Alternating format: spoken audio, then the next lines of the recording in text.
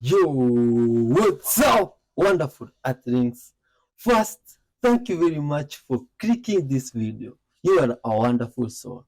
Second, I'd like to know how you say love, peace, unity, and forgiveness in your first language because here we intend to spread the good vibes of those words across the whole world, even if it means in all languages. Welcome aboard here, where we shall be reacting together through all types of videos with the intentions of spreading unconditional love across the whole world. Watch till the end, tell us where you're watching from, and hit the like button. Straight out of Africa with lots of good vibes. Lots of good vibes. Let's dive in, man.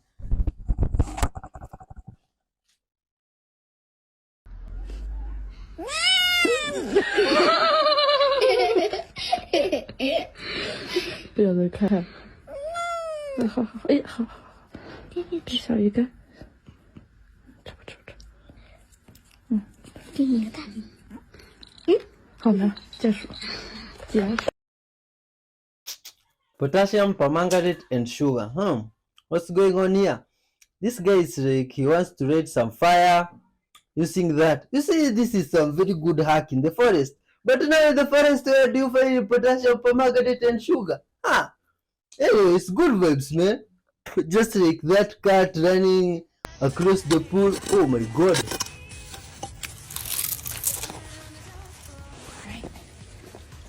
Listen, bring this over here. Alright. So we're gonna turn it on. See? On high. This is gonna happen really quick. See, it's on high. Got all my snow in here.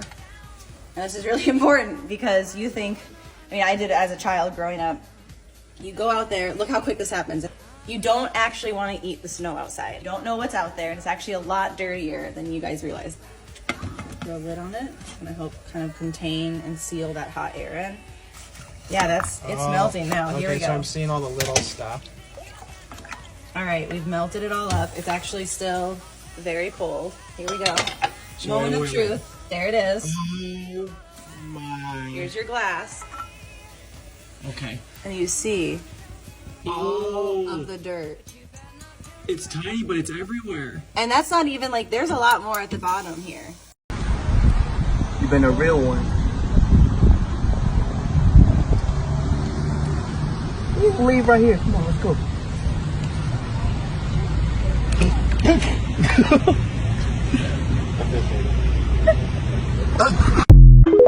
Oh my god. Hello? Did you know that this boy, Ryan Hammond, literally lived twice? This is such a good reincarnation story. Let's get into it. When Ryan was 4 years old, he started directing imaginary movies, and his parents thought it was really cute. He'd be going around shouting action, acting out scenes, the whole lot. Then things took a bit of a dark turn. Ryan would wake up in the middle of the night screaming and wailing, clutching his chest and saying that his heart had exploded when he was in Hollywood. Now, this little boy was from Oklahoma. He had never been to Hollywood, but he started describing his life there. He said he had a big white house and a swimming pool, and he had 3 sons, but he couldn't remember their names. And he used to sob to his mother, asking her, "Why can't I remember my children's names?" During this time, his mother had spoken to doctors, etc., and they just said, look, he'll just grow out of it, but he didn't. He kept becoming really upset about his children, why he couldn't remember them, about his previous life in Hollywood, and eventually the mother said, look, I'll get some books on old Hollywood, and maybe that will help him to explore these feelings that he's having. In one of these books, there was a still image from the 1930s film Night After Night.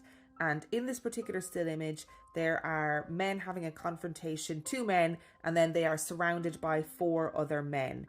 And Ryan stopped on this picture. The mother didn't know the film, nor did she recognise any of the actors in the picture. But Ryan stopped, pointed at a man in the picture and said, "Hey, that's George. We did a picture together." And of course, George Raft was one of the actors in the film. But then he pointed to another man and he said, "That's me. I found me." I think it's important to note at this point that there were no names provided in the book as to who these actors were, but after some research, the mother was able to find out that this actor was indeed George Raft, who was kind of a lesser known actor from the 30s and 40s. but she was not able to identify the man that Ryan claimed to be him. So she wrote to Jim Tucker, who was an associate psychiatry professor, and he agreed to take on Ryan's case and to help them as much as he could. Eventually, they were able to get a film archivist to look at the picture, and they found out that this man was a man named Martin Martin. Yes, that was his real name, and he was an uncredited extra in this film. And here's where it gets even crazier. So, because they now had his name, they were able to track down Martin Martin's daughter, and they brought Ryan to meet her. Ryan said in his previous life he was a dancer, and Martin Martin danced on Broadway. Ryan said that when his dancing career ended, he became an agent in Hollywood where people change their names. And Martin Martin worked for a very well-known talent agency in Hollywood where people often adopted stage names. Ryan also said that his old address had Rock in the name, and Martin Martin had lived at 825 North Roxbury Drive in Beverly Hills. Ryan also said that he had been friends with a man named Senator 5. And Martin Martin's daughter produced a picture of her father with Senator Ives. And Senator Ives had been in the US Senate from 1947 to 1959. And as it turned out, Martin Martin did indeed have 3 sons, and his daughter was finally able to tell Ryan their names. If you want to hear more reincarnation stories, you can listen to episode number 62 of my podcast, Real Life Ghost Stories. It is entitled That's Where I Died, and it was released on January the 5th, 2020. Oh God.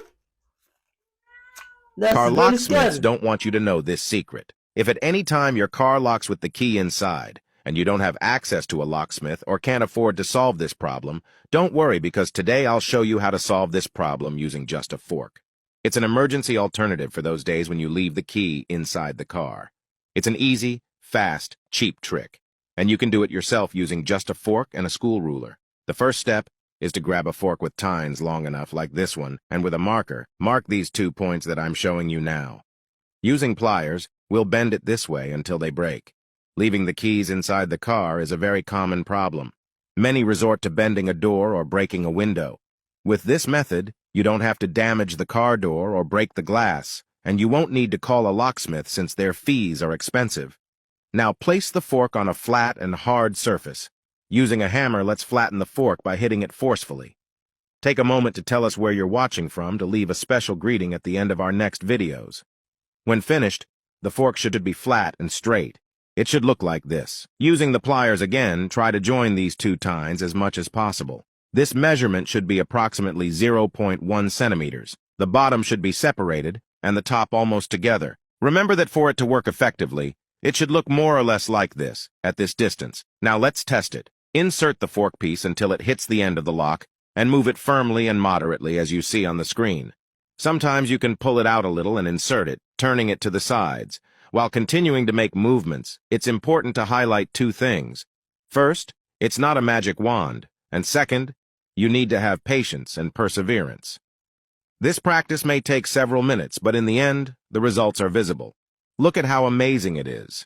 As I said, you just need to be patient. This is very important.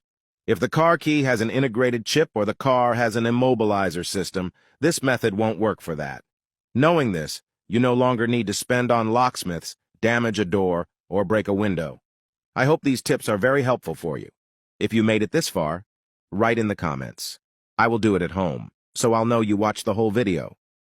Today's greetings go to Benjamin Thompson in California, Amanda Miller in Texas, and Olivia Anderson in New York. Thank you very much for following the page and commenting on the videos. This tip is very helpful for those who end up forgetting the key inside the car and cannot afford a locksmith service, or even for those who do not want to risk damaging their car. What do you think of this tip? Was it useful for you? On a scale of 0 to 10, what rating would you give to this video? Tell me in the comments. I hope this video helps you and you enjoyed it. Until next time, goodbye. Mas que pode, mano? Abriu o portão, mano.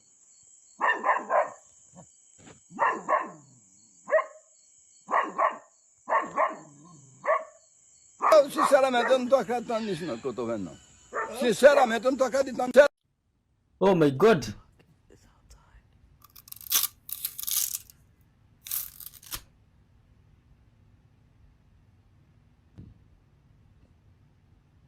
What the fuck? Too scared to open my door. We were talking about SW, and 3 minutes later this happened. In the wrong, bitch, you about to slap. What's wrong with it? The next car,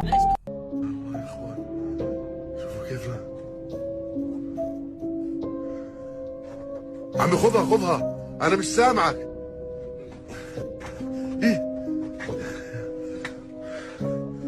Watch closely.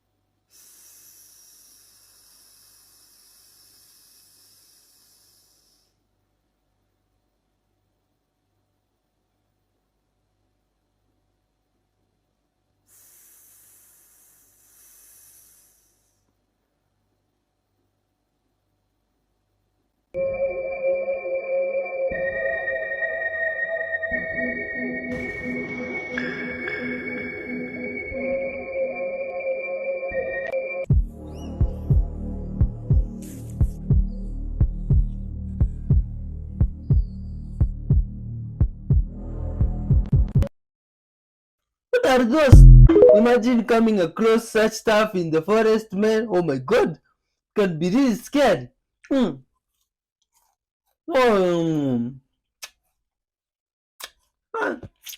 these animals are very intelligent, man.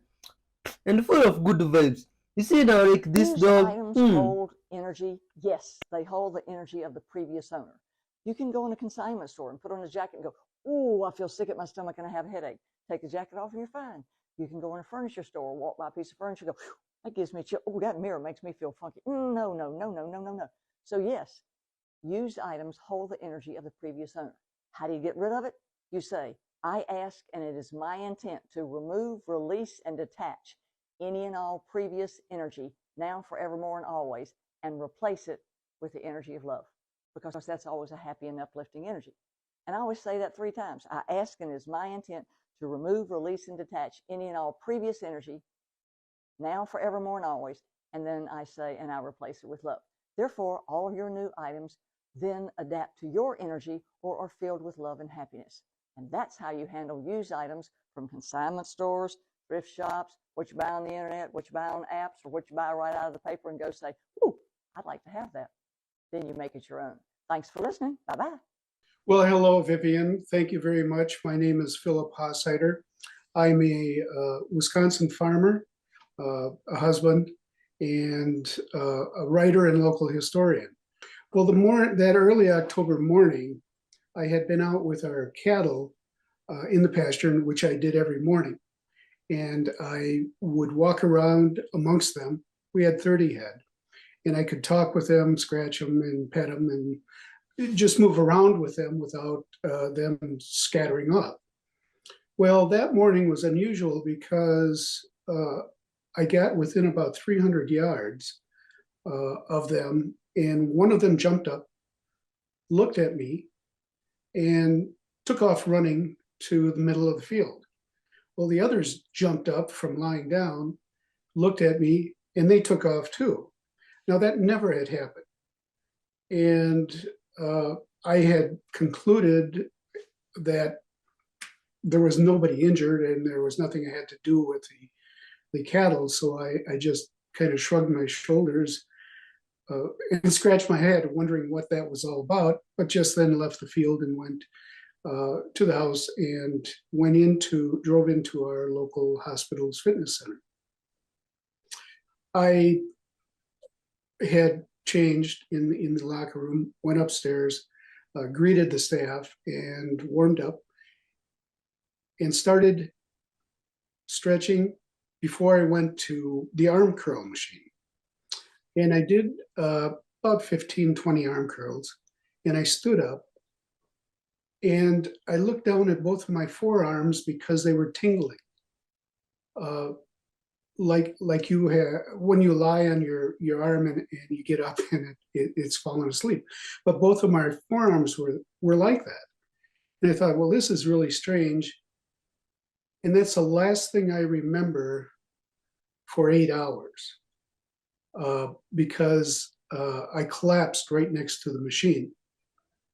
Now I have to explain that what I'm going to tell you about the physical aspects of it, the rescue that I had with the local EMTs, in that was all related to me after about 4 months afterwards, when I went and interviewed each one of them, because I was trying to understand what had happened. But my collapse was instantaneous. I don't even remember it. But what I did find myself being in what I can best describe as a raft. Now, I really worked over a year after this happened. I had started trying to understand the whole situation.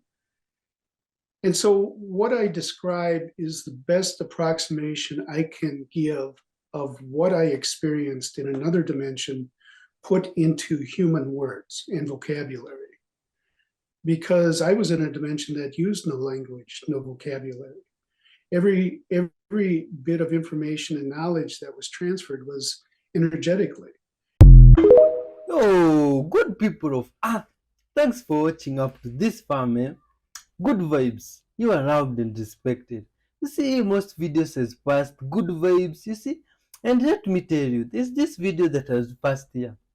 And what I can say from it, richness is not earthly possessions, you see, rather than it is the heartly possessions, the one that you have in the heart, the love, the peace, you see, the forgiveness that you can forgive out there, and just your ability to give out there, you see, that is the real richness. All this material stuff, you may not have it for now, but if you are rich in the heart, even you shall be happy.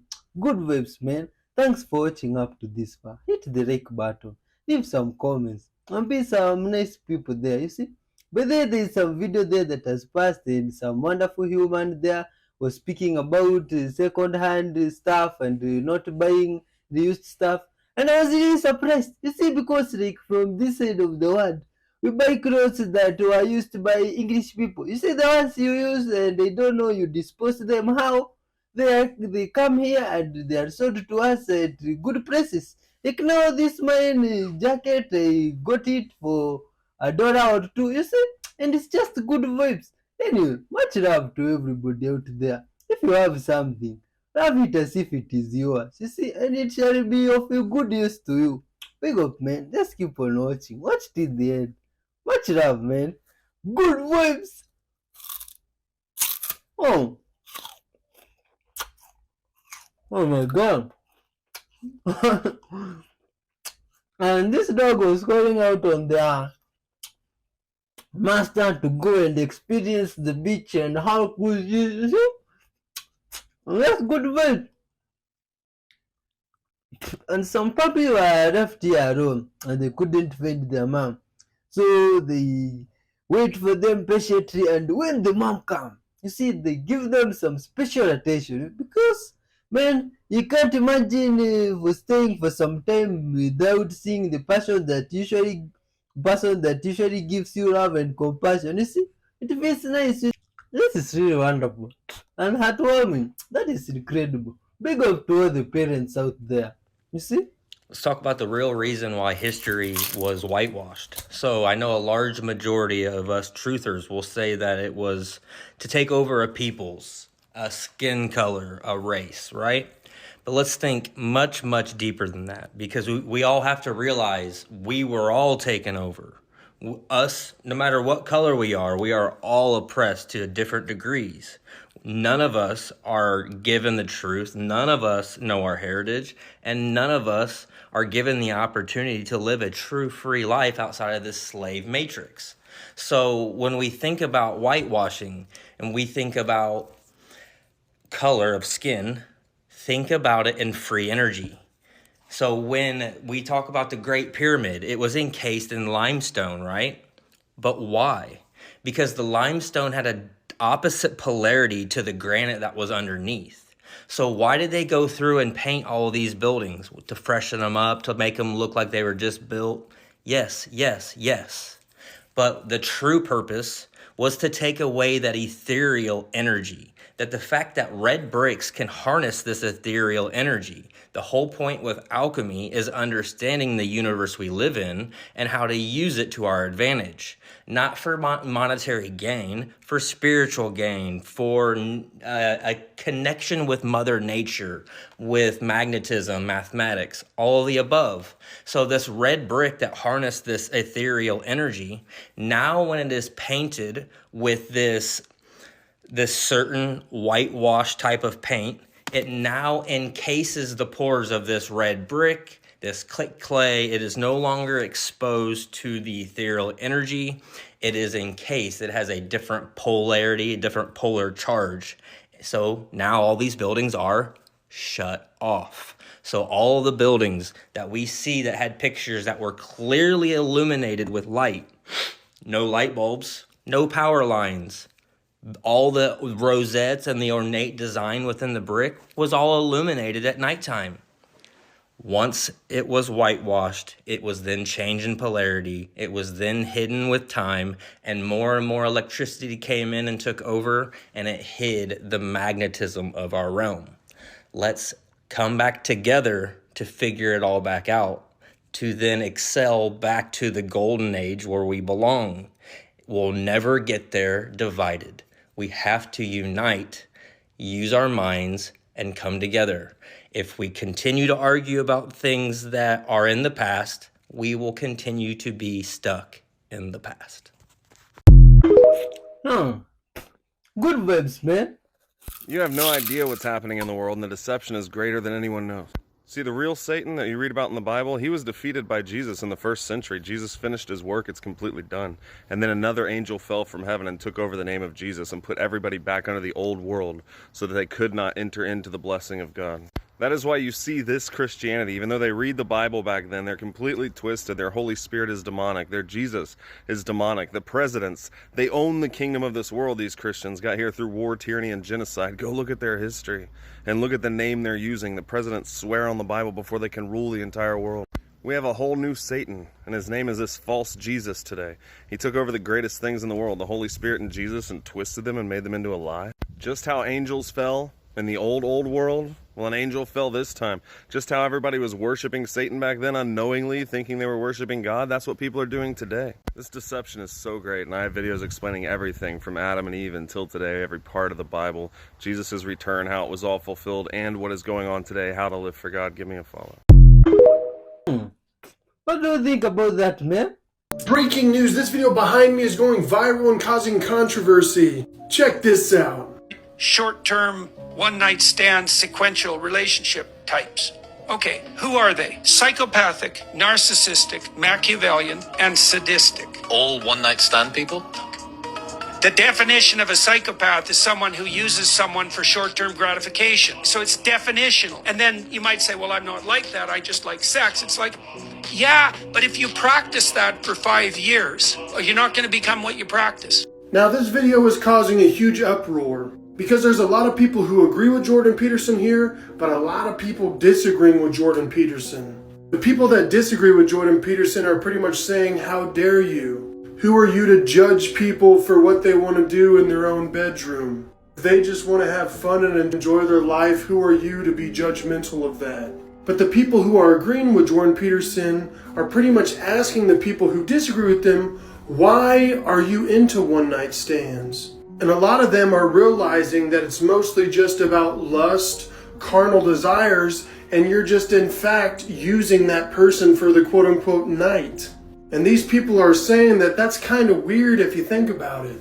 And people are saying that this is pretty weird because it's like, if you think about it, it's like you're just using this person for, gratification, like some sort of fast food restaurant with no connection whatsoever.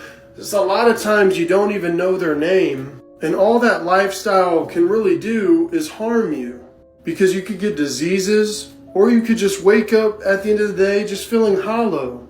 Because that person didn't really care for you, they just cared what you could give them for the night.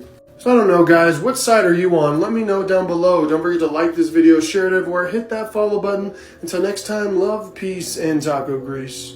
In 1948, Frank Kennard testified that in 1912, while working in the medicinal... Oh yes, the 3 million-year-old pot. People have asked me about this pseudo-artifact quite often. Again, it doesn't add up. If you do any research on this subject, you'll find that the guy who found it and signed the affidavit 36 years later, why do they always wait so long? Anyway, the guy that found it wasn't even where it could have been found. Oh, he found it in a mining cart, carrying coal to a power plant that burns coal. Question, did they actually keep the 2 pieces of coal it supposedly came out of? You know, the coal that the power company was using to fuel the power station? Has to look at the 2 pieces of coal that come with the pot, but they would probably say no. Anyway, it's an artifact, once again, with no provenience, found by a person who wasn't an archaeologist, with no site to return to and no associated artifacts. Why did the guy who supposedly found it wait so long again? Anyway. What else makes it dubious? It's in the hands of an organization with an agenda. No professional in the field has actually published work on it. It's like they weren't allowed to study it. Yo, good people of Earth. I'm really glad you've watched up to this far, man. That proves that you are indeed a wonderful soul. Big up to yourself, man. Much love and respect. If it's your first time here and you've watched up to this far, you are loved and respected. Feel much welcome. Hit the like button, the super thanks, join here, be our subscriber. You see, you are loved. Secondly, you see, big up to some guys that have been leaving some comments there. You see, that's some very good gesture and it really helps in growing this family that we are building here of love. You see, some people like Marina, big up to yourself, Stephen Hutchins, Josie, Recovois, much love, man. MJ Stinson, you are all loved and respected. George Jr., you see, it's a whole list, and you guys, you see, I can't reward you by anything because we are very, very far, but how I pray that good vibes will come your way. I know that universe hears me, and good deeds are coming. Much love to you, man. Keep it tuned. Stay there that some episode will be coming. Fire one. You are loved, man. Just keep it tuned. Be peaceful, be loving, be caring, and forgiving. Peace be with you, man. Much love. Bye bye. Till next time. I will go and look at my donkey.